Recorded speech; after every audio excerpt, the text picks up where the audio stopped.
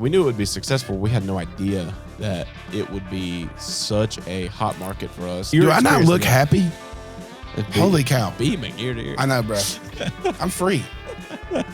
Thank you, Mike. How do you build something to where people can feel like it's part of their community, right? I didn't have to go somewhere to experience this. It was here. That boy drove 4-hour round trip to go be with that family to hand them the keys. I mean, we got people that send us messages all the time asking us about, like, hey, what's next? Where are you coming next? What are you doing next? And so, you want to tell the first place?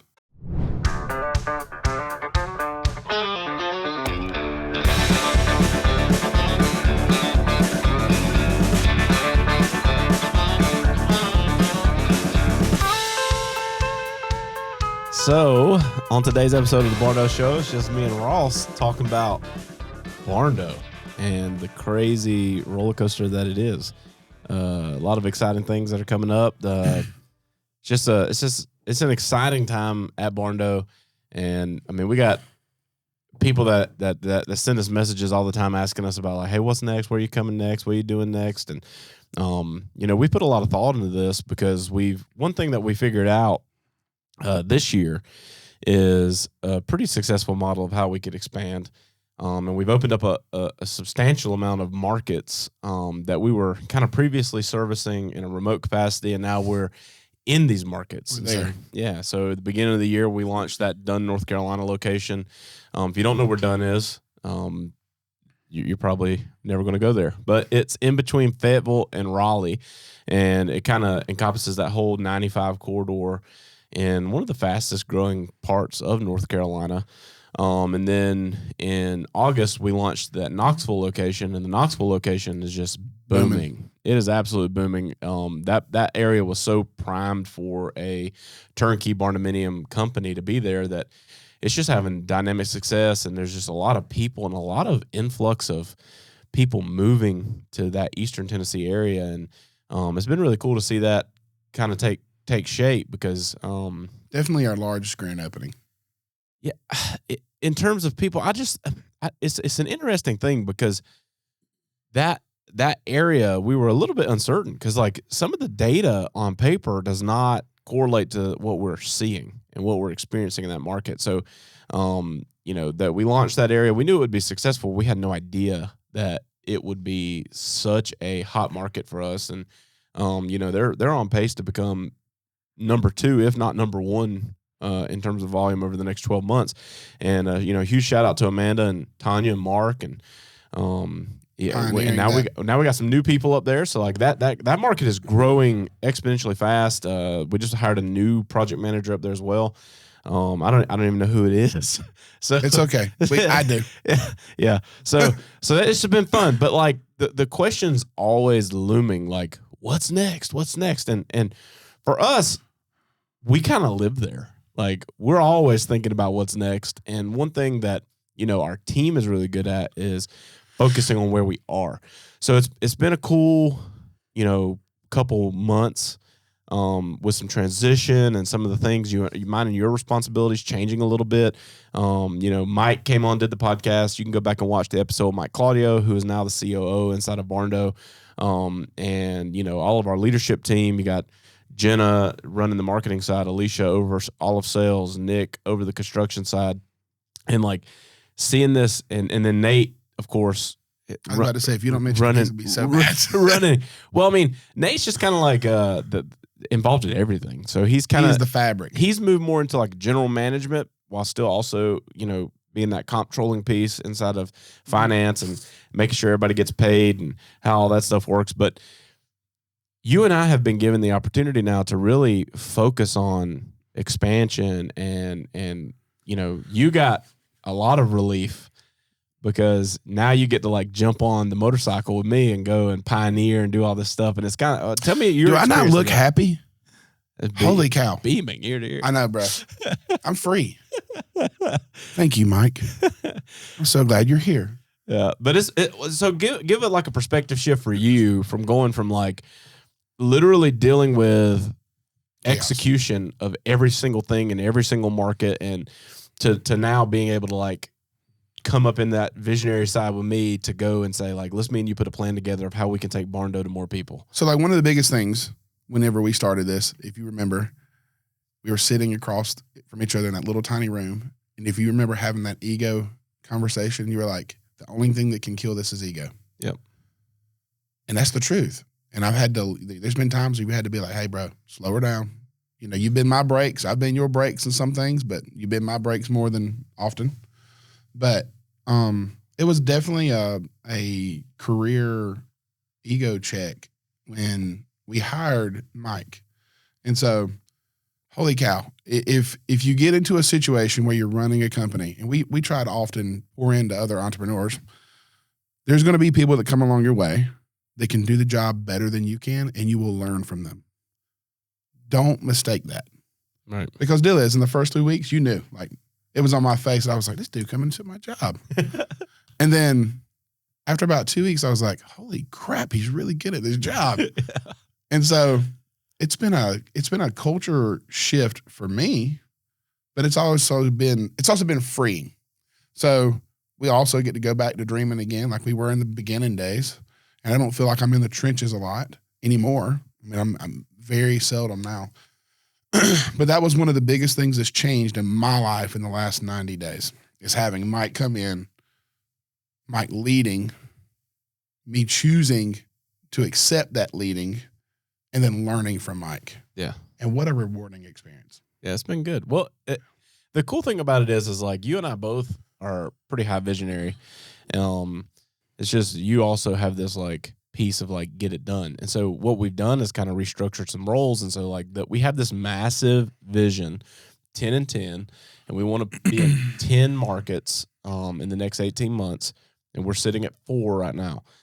So there's a lot of growth and a lot of expansion that has to go into that. And like for me, I've got this drawn out on a map and had it in my brain forever. It's just, it's a lot. It's a lot to do it and do it well. And so bringing you over and now like the leadership team is owning so much that we're able to go and do this and have confidence that once we get it there, it's going to work. And so you're kind of coming alongside of me, and we've kind of split this thing up now. So like we're going into these areas, we're doing the research, we're finding the places, we're getting the structure in place for leases and contracts on buildings, and then you're kind of implementing and building the team that's going to continue to build offices as we roll out. So it's neat because like in the beginning, I hate dealing with leases. Yeah. I hate dealing with them giant books. That's your world. I could care less about it. So like you handling that and then you handling off the piece to me to say, go build it. These are the specs. Man, what a cool experience. Yeah. Especially going and checking these places out. Yeah. So you want to tell the first place? Yeah. So we have a lot of expansion coming up. So some of them have been solidified in the event of like not just expanding, but also handling the growth that's happened in the markets we already service. So there's a lot of moving pieces right now. So I can't tell you every single place we're coming because the moment that we say it, people are going to start trying to file in line to get into some kind of build agreement, and it's just not there yet. But I am going to give a little bit of a heads up to 2 areas where we're already servicing clients. So if you're in those areas, you already have the opportunity to onboard. You already have the opportunity to build. There's already barns being built in these areas, but we're trying to catch up with office and personnel and everything to create experiences in these locations that mirror the experience of people that are regionally close to an existing office. So at the beginning of 2025, there'll be 2 brand new markets that open.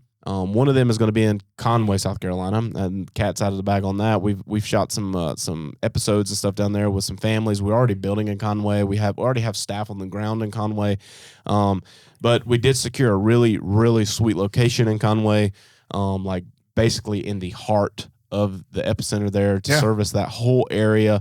And what's really cool about it is like Horry County is the fastest growing residential county in the state. Now Myrtle Beach plays a lot into that, right? And no, we're not going to start building Barndo beach houses as bad as I would like to. No. But in that growth area from like Marion County down into Horry County and then north of there, we can now reach between Dunn, North Carolina's office, Summerville, South Carolina's office, and then adding this Conway office, we can kind of fully encapsulate that the entire area of South Carolina. That we were kind of, it was hard to reach.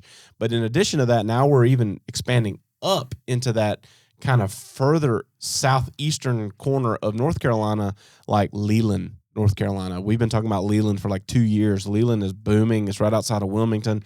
And now we have the capacity to give people in that area an experience that's comparable to upstate South Carolina experience, or, anywhere else where we have these regional hubs. So Conway's coming. That's going to be an incredible building with a incredible easy access to the local community there. I'm excited about it. That's pretty much finalized. And what a ride that was to get that finalized. Yeah. Because there was no question when we went down there, like, this is the place. And it was just a matter of figuring out how we make that reality. And there was a lot of moving pieces in that. And thankfully, everything, the cards were played and it fell into the right structure for us to make it happen. But Conway's coming. So that is one new market center that you'll be able to go to. And what does that mean?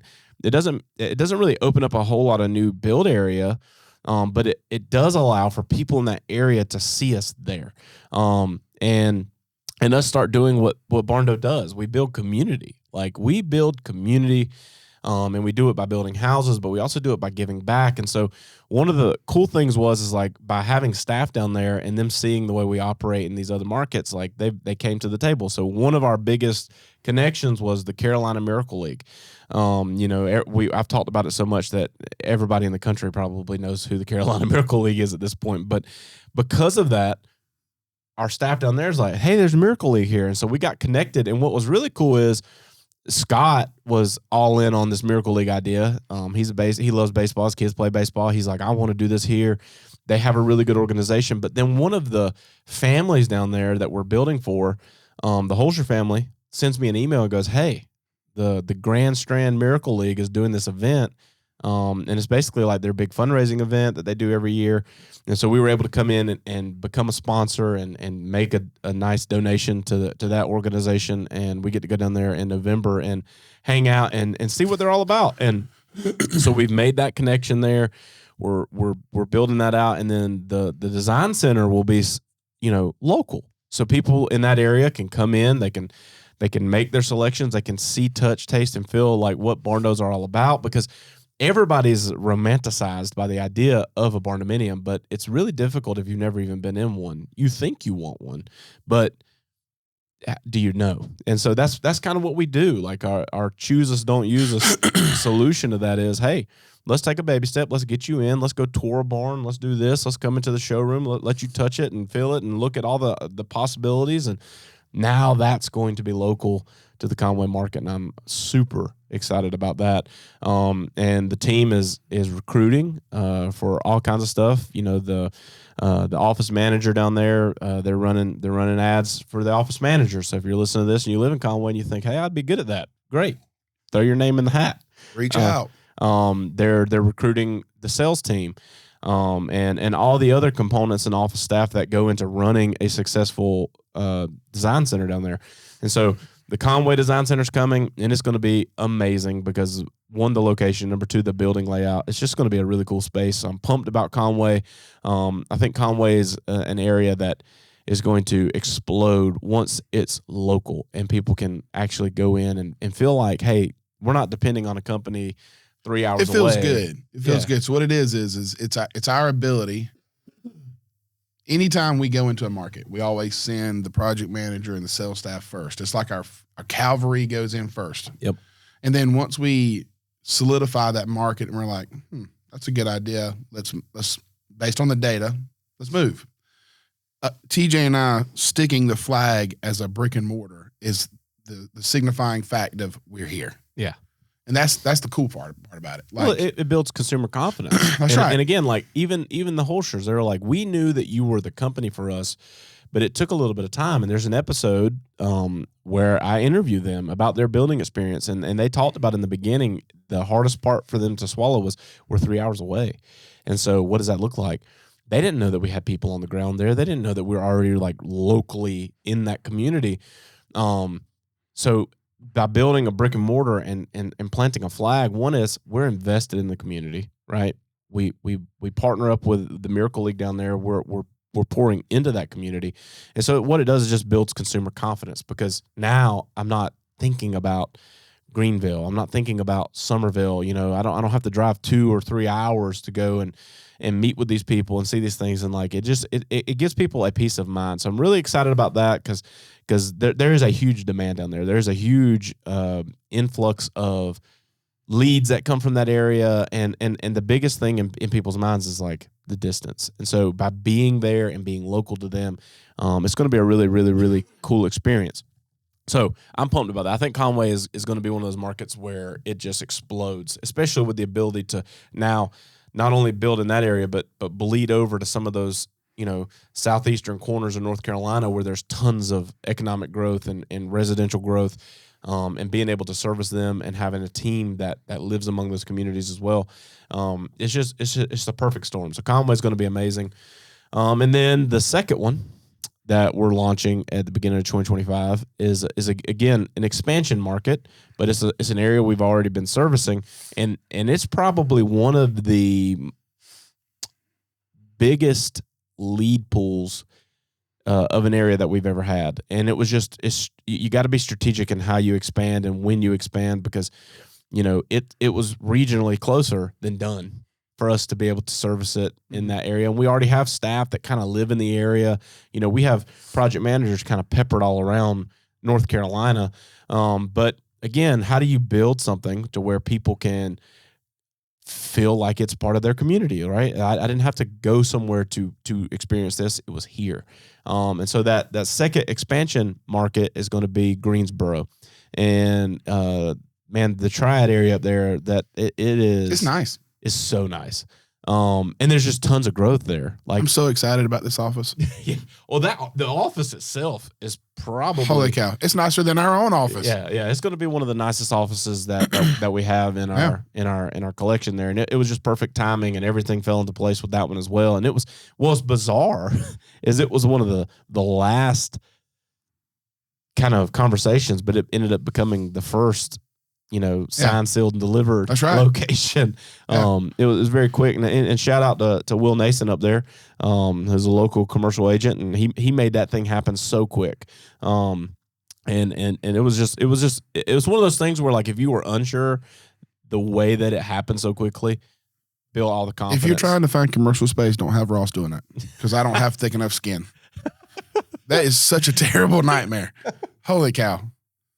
He made it so easy. That's the only one that I'd been like, the skies opened up, and it was just meant to be. God was like, all right, here we go. Here you go. This is the Barndo. Holy cow, man. But so I'm excited about Greensboro, because one is the funny thing about North Carolina is such a big state, and there's so many people there, and there's so much growth there, but it's spread out growth. So, I mean, you go from Western North Carolina to Eastern North Carolina, and it feels like a different country. Like it's just massive, and all in between there is counties that are just booming with growth.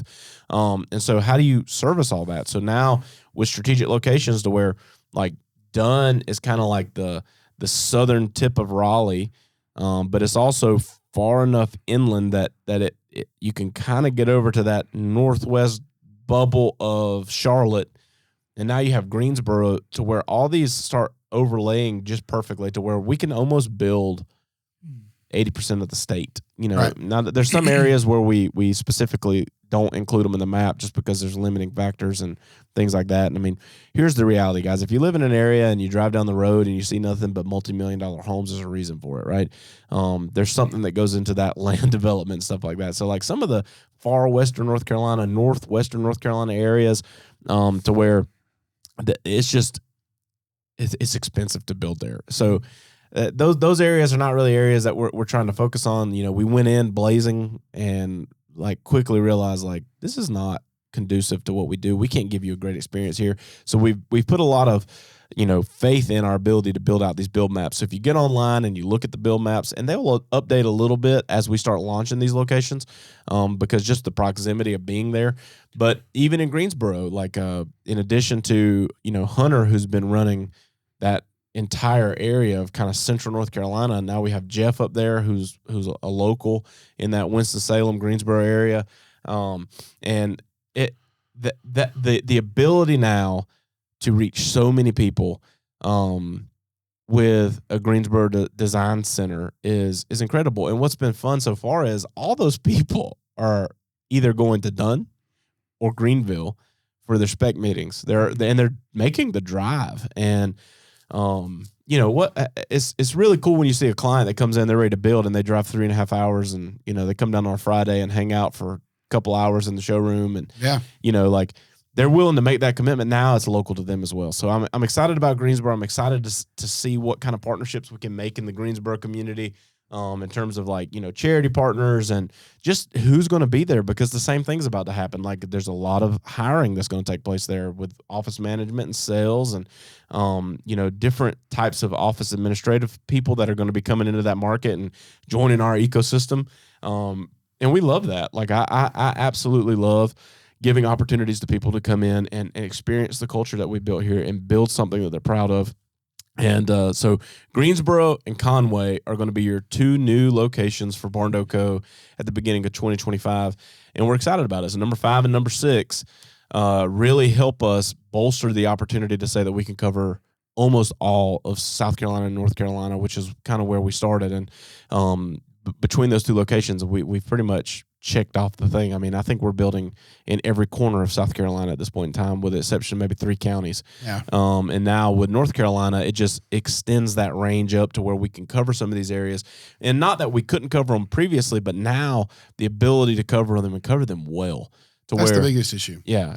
It's going to be the same experience. And we've seen that happening as we've launched these locations that, in the beginning it was, hey, we can do it, but there's caveats and stuff inside of how we do it. Now it's, no, we can do it, and it's going to be exactly the same no matter where you live. Well, it's good now because we built the team, and then now our focus is on expansion in some places, and then a lot of our focus is on client experience, even you and I.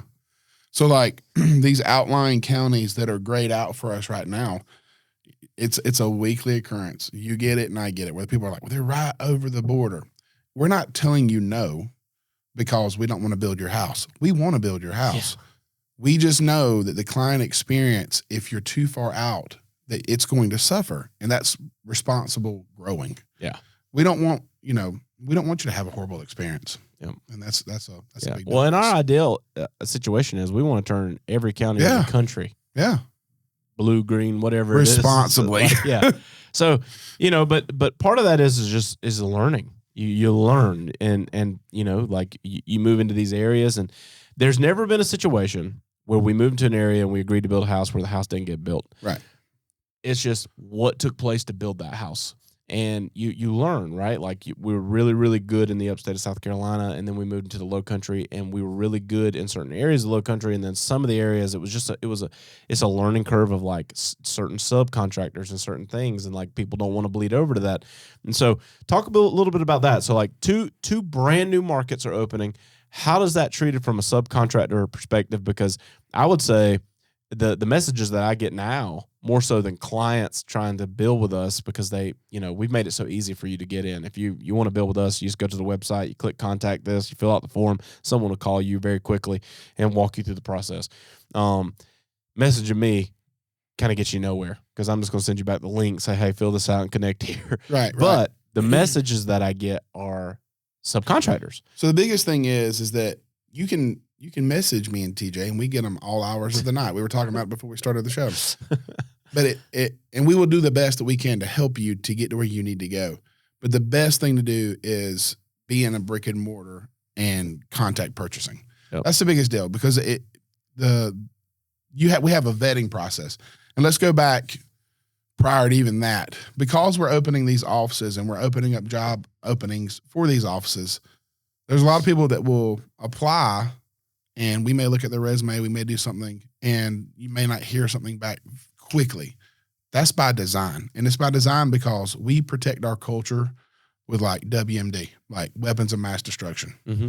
It is so important to us to bring in someone that's not conducive to our culture. And so you might have the greatest resume on the planet Earth, but if we get the feeling that, hey, might not be a good situation, you know, we always put our team first because that's who built this company. Yeah.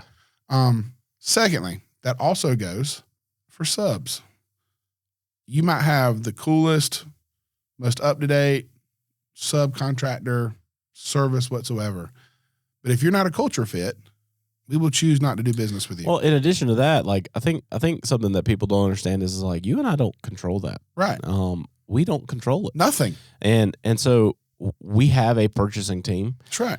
Between Jason and Heath, and the way that they process and vet subs, and they work hand in hand with production because production's got to work with them every single day. So there's a little bit of a complex program to get in. And another thing is this is like we don't expand into markets where we don't have a sub base. Right. So that work goes in prior to lease negotiations. Right. You know, like the 7-8 months ago, we already Nick did our and homework. Alicia are in there meeting with the subs that can do this, and a lot of times subcontractors that are servicing other areas will expand with us because they like working with us. They see the value in it. They know that we're going to go in and build this market out, and so a lot of times they're building out their growth patterns with our growth patterns. So when we get to that area, we don't want to reinvent the wheel. I don't want it to look completely different. I don't want you to walk into Greensboro and it's these 15 people and these are the selections, and then you go 2 hours to the east and it's a completely different showroom with completely different features.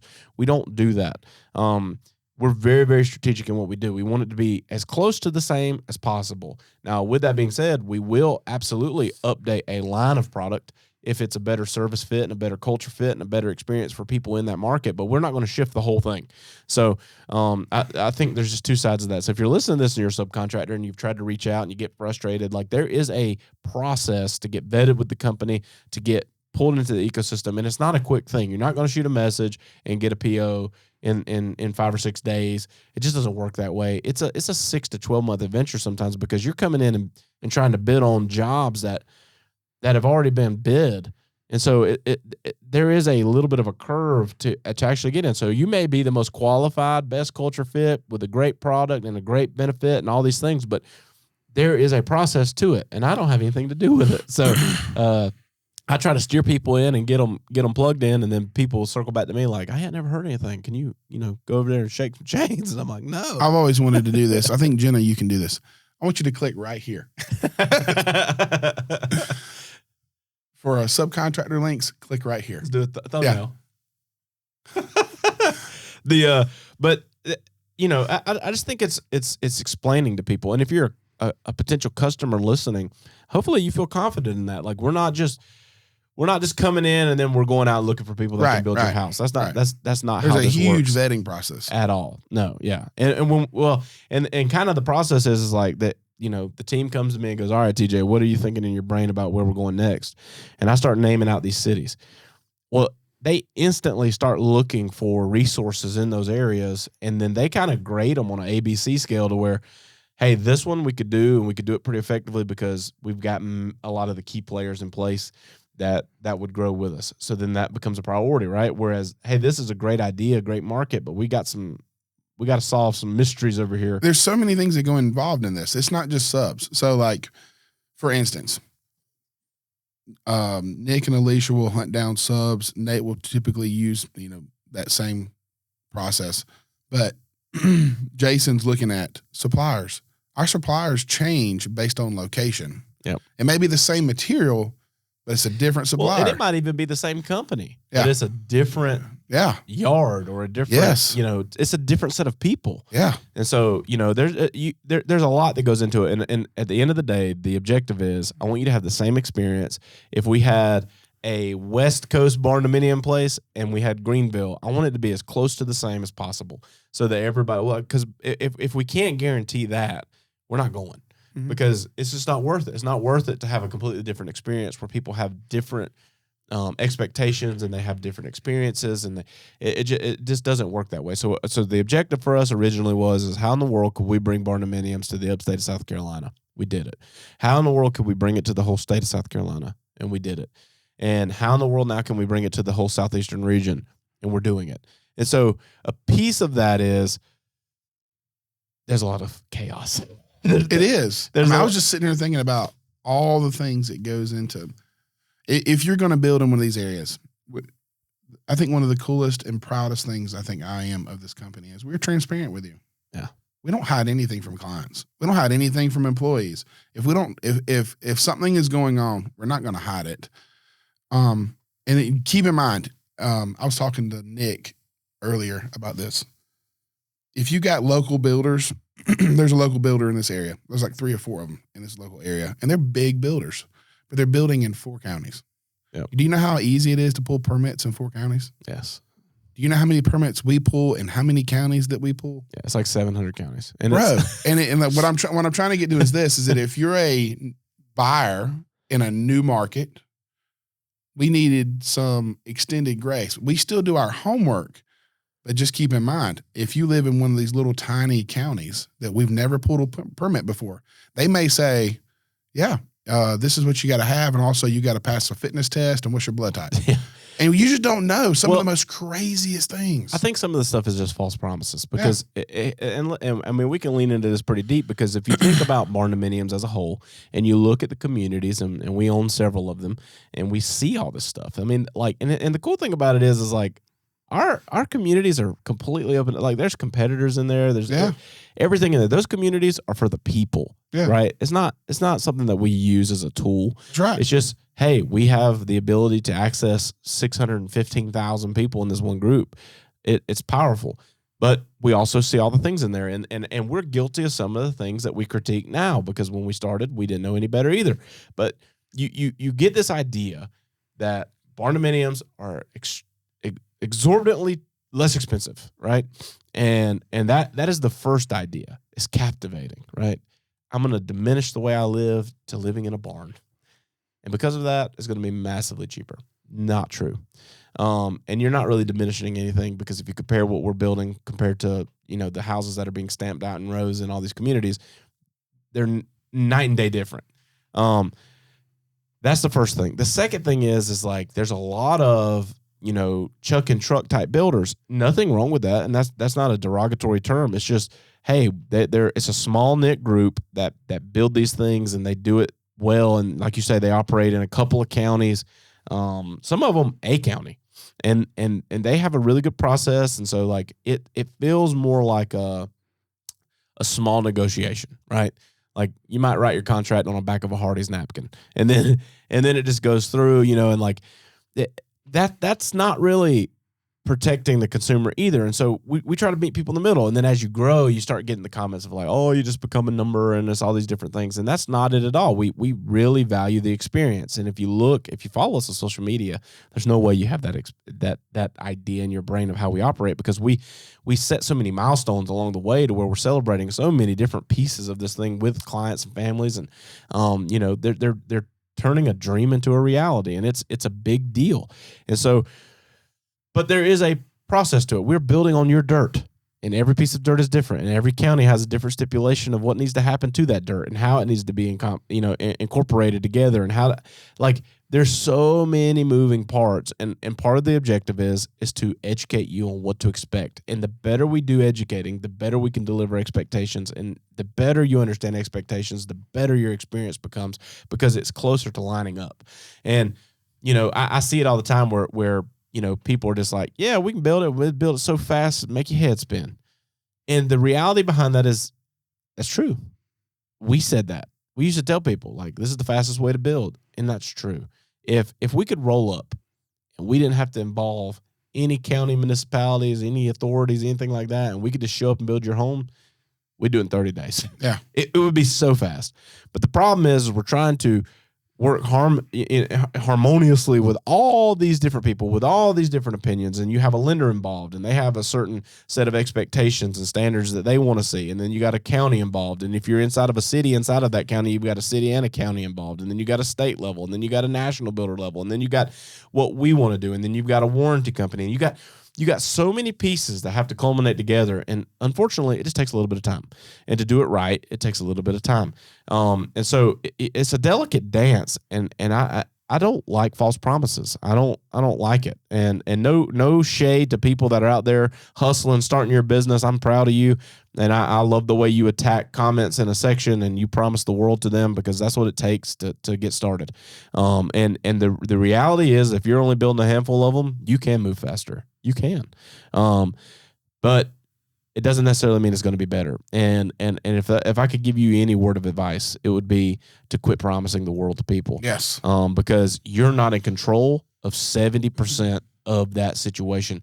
And that 30% you're in control of, you can deliver at a high level. But on the 70% that you're not solely responsible of, you can't handle it. You can't control it. You can't be responsible for it. And you're setting yourself up for failure when you communicate to clients that you're going to deliver some kind of whirlwind experience for them, because it's not true.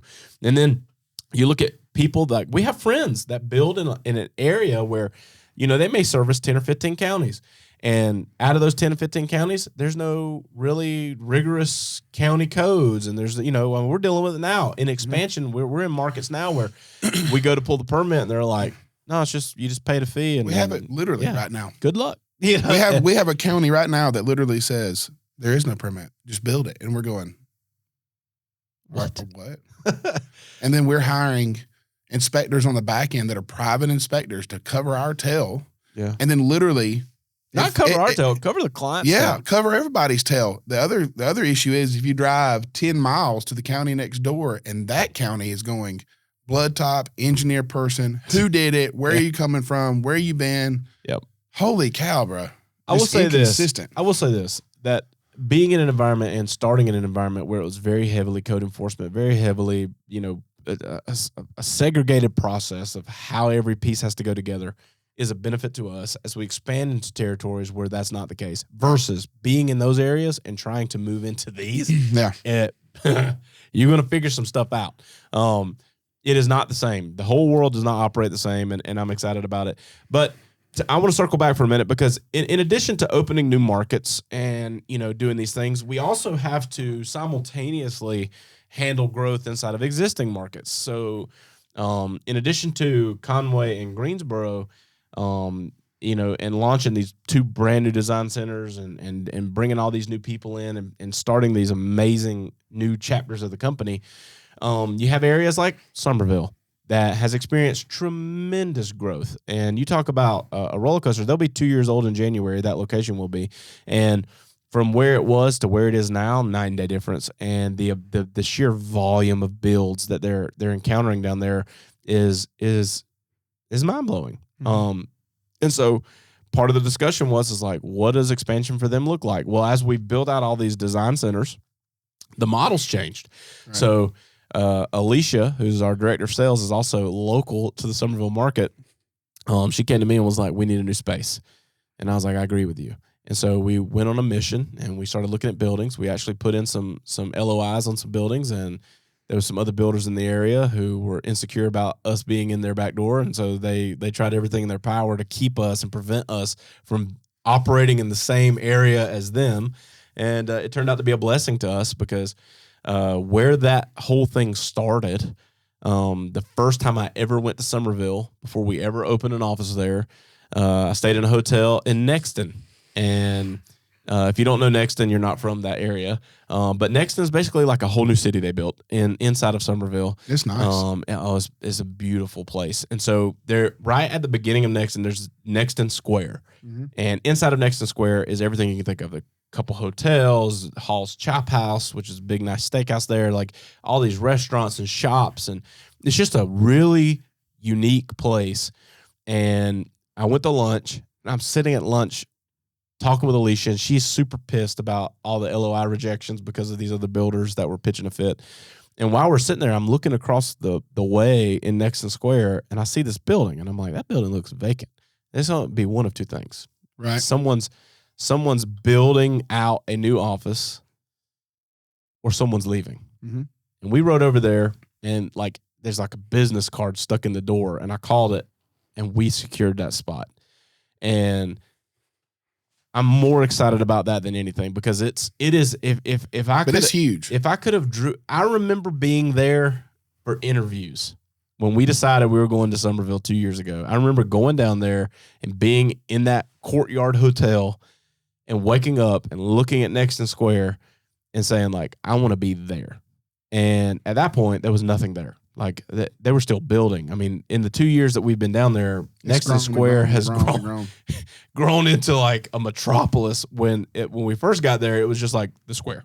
But I remember being there, and then I remember my wife was with me when I interviewed Alicia. Mm-hmm. And she was like, where are you guys going to put an office? And I was like, I don't know, but I'd love it to be right there. And now we are. And we're going to be right in Nexton Square. So if you're in the Charleston, Summerville area, you know where Nexton's at because it's the place. It's where your family's going to dinner. It's where you're going to play pickleball and come by Barndo. Yeah. You see the new pickleball court? Yeah. No, it's awesome. The whole area is just awesome. Oh, it's cool. And now there we are. Like we're situated right on the square. There's like a little park area in the middle of the square, and Barndo Co. is going to be sitting right there as a champion brand in Nexton. And I couldn't be more proud of that moment because it's kind of like a full circle event. And so that will be the nicest area until we finish some other expansion we're doing in 2025. But it will be the nicest area that you can come and experience Barndo Co. And that lease is now finalized, and you guys are putting together the plan to get in there and start building it out. And our goal is, again, January, February, a delivery, and you're going to see the Summerville team relocate to Nexton Square. We've got some incredible new hires down there. That office is teeming with life. We got a brand new office manager in place down there. We've moved some people around in some different administrative roles. We've got fresh blood in so many different seats down there, and that area is so promising because Berkeley County is the largest like GDP growth in the state, and Berkeley County can be a little bit of a bear on the building side, but in terms of what they're doing for people there and the job opportunities and the things they're creating, the things they're creating. If you live in Berkeley, buy in the outskirts. Cross over the county line if you would to build your Barndo, but no. It is what it is. It's a new product, and they're trying to protect consumers. It is what it is. We got a good relationship with them now. It hasn't always been great, but Berkeley County's booming. I mean, you think about all the growth that's coming there. Volvo alone is like, it's huge. It's massive. Like, and Berkeley County is just booming. The fact that they just built a whole new city on the northern side of Summerville, they were like, yeah, what are we going to do with this? We'll just build a city. And now we're in the heartbeat of that city. We're like on Times Square of the downtown Nexton city. It's going to be awesome. It's all right. So we've got all the new offices and some to come. Let's talk about what's new in our processes. So yeah, go for it. Holy cow. This is a big accomplishment for us. We have changed a little bit of our onboarding process to where we now have a selections manager, Lexi, super great employee that's literally collapsing the time. Mm-hmm. That is the biggest accomplishment that's happened in the last 2 weeks. Yes. That literally brings someone into these new locations. You figure out what you want to build. You give us kind of what your budget is. You sit down with a designer. You design it out. And then she can literally spec that thing out and issue a price right then. Yeah. That's a big deal. Yeah, it is. Well, especially when you think about the fact that we're building custom. We're building every house that we build is a custom. Yeah. Of some. Now, some people are like, well, mine's not custom. It's so custom. Like, there's nothing about it that isn't custom. Even if you follow a plan that was previously designed, it's custom, and you're not putting the same things in it. We're not telling you like, hey, pick one of these two, tile types. You got shower A, shower B. No, this is a custom experience for you. And with that comes crazy quoting and pricing. And like you got to dial that in. And especially in the fact that we operate on a fixed rate contract because we are assuming the risk. If something were to go crazy, who's on the line? We are. Barndo. So we're assuming a lot of your risk by offering you fixed rate pricing and the ability now to go from hey, we've got plans, we've did a selections meeting, and now there might be a 2-week or a 4-week process to finalize pricing, get everything dialed in, and get locked in. So now it's happening at the meeting, and it's not completely bulletproof. It's not to say that you couldn't throw a curveball. There's some small things that would do it, but you know that day now, within a few dollars, what your final price is. Yeah. And it's not fully done yet. It's not even fully fleshed out and planned, but the process improvement that we've seen so far has been incredible. And I'll shout out Lexi all day long, because Lexi is a baller, and she came to us and said, like, hey, you guys are underutilizing me. And I was like, I believe you. And we didn't know what that looked like. And then with Mike coming in and like kind of breaking down anything that was a pinch point in the process of how do we get this opened up so that we can service more people. That specific thing is going to absolutely improve the process. But the bigger thing that it does is it opens up the opportunity for us to serve more people. If you look at a calendar year, there's only 365 days in that year. Right. And there's only 8 hours in those days. And we don't work weekends. So, you got a limited amount of time to build what? How do you do more? You have to figure out ways that you can save time in the process, and we're doing that. Another cool thing that's happening is, from a design standpoint, a lot of this has been, we have great partnerships. They've been on the show. We've got great teamwork with a plethora of designers that walk people through that experience. We're bringing all that stuff in house. So now Barndo Co. will be the design center. So now we're a full design to build process. So even though it may not have felt like you were working with a third party individual previously, we just made a lot of emphasis to make it feel like it was an in-house experience for you. And in a way it was, but now it's 100%. The moment you come in, every step of the way from design to selections is an in-house experience, to where it is all inside the Barndo Co. ecosystem, and we control and operate that entire experience. And so now we have more control over some of those things, and now we have the ability to come in and do what we do great, which is improve processes. How do we, what is the limitation? If you're dealing with a third party, and you're waiting on them. You've got to depend on their ability to scale. And now it's inside. So some of the faces may be the same, right? But the experience is going to improve because of the way we've done it. And now the ability to put designers in locations and schedule in-person meetings, so that if you come in and you struggle with the, remote design process, you can have face-to-face time with the designer in person. In addition to that, another big thing that's coming at the beginning of 2025 is in-house lending that will be in the office with you as well. So, in a perfect world, and everybody's experience will be different, and this is not a promise to you.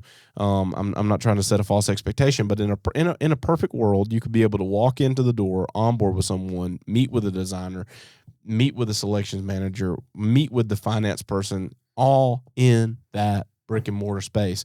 And it collapses some of that time. Now, we're not owning a finance piece, but we've built such a great process and such a great partnership with one of our lenders that they're now staffing people to put them full time in office in every single location that we service, which is a huge milestone accomplishment, because financing has always been the booger. Now, we figured it out, and a lot of our people don't experience the financing hurdles, but in a nationwide scale, when you talk about barndominiums, financing is the boogeyman, and we're doing everything we can to break down that barrier and make it the most smooth and fluid process that you could possibly experience. So this is a lot of things, and then I'll put some teasers out there. So first part of 2025, you're going to have 2 brand new locations. You're going to have a dynamic rebrand in Nexton, Somerville market, where they're moving in and going to be in an incredible area. The upstate of South Carolina, some really cool things are happening, because, I remember 3 years ago, whenever it was, when we moved into the office we're in now, we were like, we're going to have to sublet some space out. What are we going to do with all this space? And we're bursting at the seams. So some things are happening there. The upstate of South Carolina is going to get a new design center, and it's going to look very comparable to the other design centers that we're building across the country. So when you walk in the upstate, you'll have a specific design center that's fully staffed with sales professionals and selections managers and all these pieces for the front end consumer side. as well as a new corporate headquarters where we're building out new offices and things like that to house all the people that make all the back end process go. Mm-hmm. Because, from a sales perspective, front facing clients see the same 15, 20 people over and over and over and over and over again. But behind those 15, 20 people are another 50 people. Well, let's touch base on that for a minute. Yeah. So I had a really proud moment yesterday. Jacob, did you see his post last night? Yeah. So he was in the office, I think with you and I, Jenna, and he came in and he was leaving. And I said, where are you going? He said, I'm going to Chester. I said, whew, that's a hump. He said, one of my houses are closing and I'm going to be with that family. That's a big deal. That's some culture right there, guys. Yeah. Like that should tell our clients, you're not a number. Yeah. That boy drove a 4-hour round trip to go be with that family to hand them the keys. Now I've seen Olivia do it. I've seen all of our other agents do it, but man, what a great. And it was his first one. Yeah. It was his first one. Yeah. I mean, that's a big deal. It was a milestone moment for him. And I'm super proud. And the cool thing about that is like, everyone that comes in has these kind of stories. Like they found Barndo, they were kind of here, and then now like they've had this massive shift in their life. That's what we do it for, right? Building Barndos is cool, it's a cool product, but the experience that we've created inside this company to unlock people's potential has been life-changing for Well, there's me. a lot of people that come in and say, I've never met Ross, I've never met TJ. The coolest thing, I was talking to Nate about it, Jacob is an extension of you and I. Yeah. He gets to be the Ross and TJ on that job site with that family. Yep. Every person that works for us represents us. That's the reason why we protect our culture so hard, is because they are our lifeblood. They are who represents us. So if you're dealing with any of our staff, it's us. It's really cool. Yeah. I'm super proud. Yeah, we should Super be. proud of them. Yeah, it's big moments, man. It's big moments. You see it, like the impact on that family, right? This guy built like his ultimate bachelor pad out here in Chester. Yeah. At the same time, you got Jacob, who had this monumental milestone moment in his life where he took a chance to come in and do sales inside the Barndo Co. And now it's paying massive dividends. His whole entire life has changed. Right. His ability to step up and be even more of a dad and more of a provider, more of these things. Like, it's just a cool experience. Last thing I'll do, and this is a teaser, because I don't know what we're looking like on time, but I feel like we've been talking for 2.5 hours. So the Tennessee. Okay. You're getting another location too. That's all I'm going to say. Tennessee, you're getting another location too. And it's going to be a cool one. I'm so pumped about this one. Like, I'm not letting the cat out of the bag yet. It's too early. But this is going to be the moment. Like, this office launch is something that's been burning a hole in the back of my brain. And it's took a lot of time to really isolate and figure out where, when, and where. And it's been decided. We should do a live podcast there. Oh, on the day.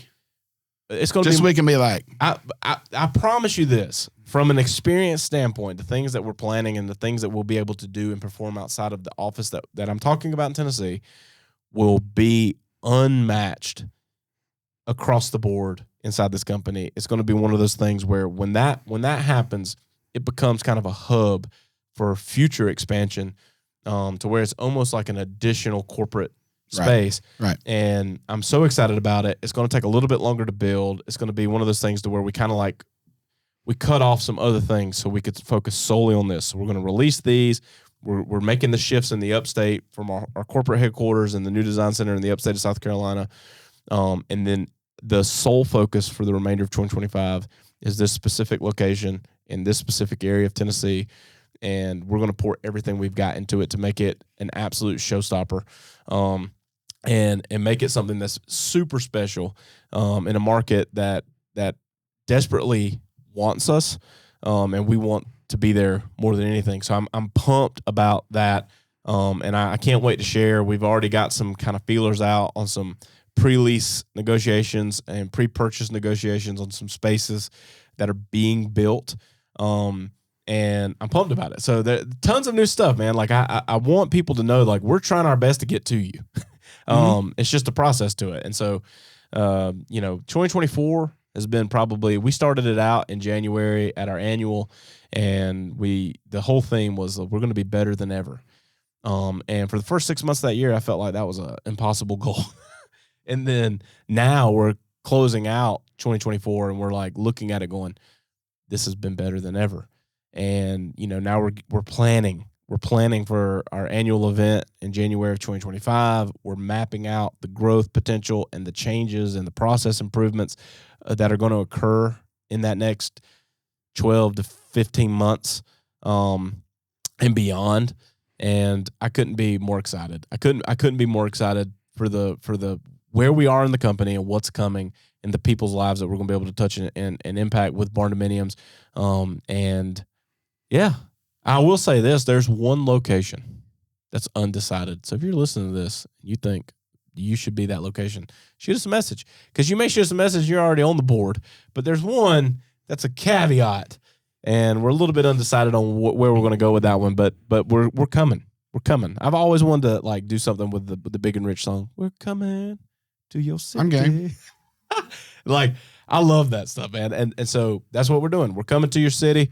I can't tell you when, other than the two that we already discussed, but we got some big dynamic plans to continue to expand this mission, this vision, and reach more people and allow more people to have access to a turnkey barndominium solution. And we're trying to make the process as best as it can possibly be.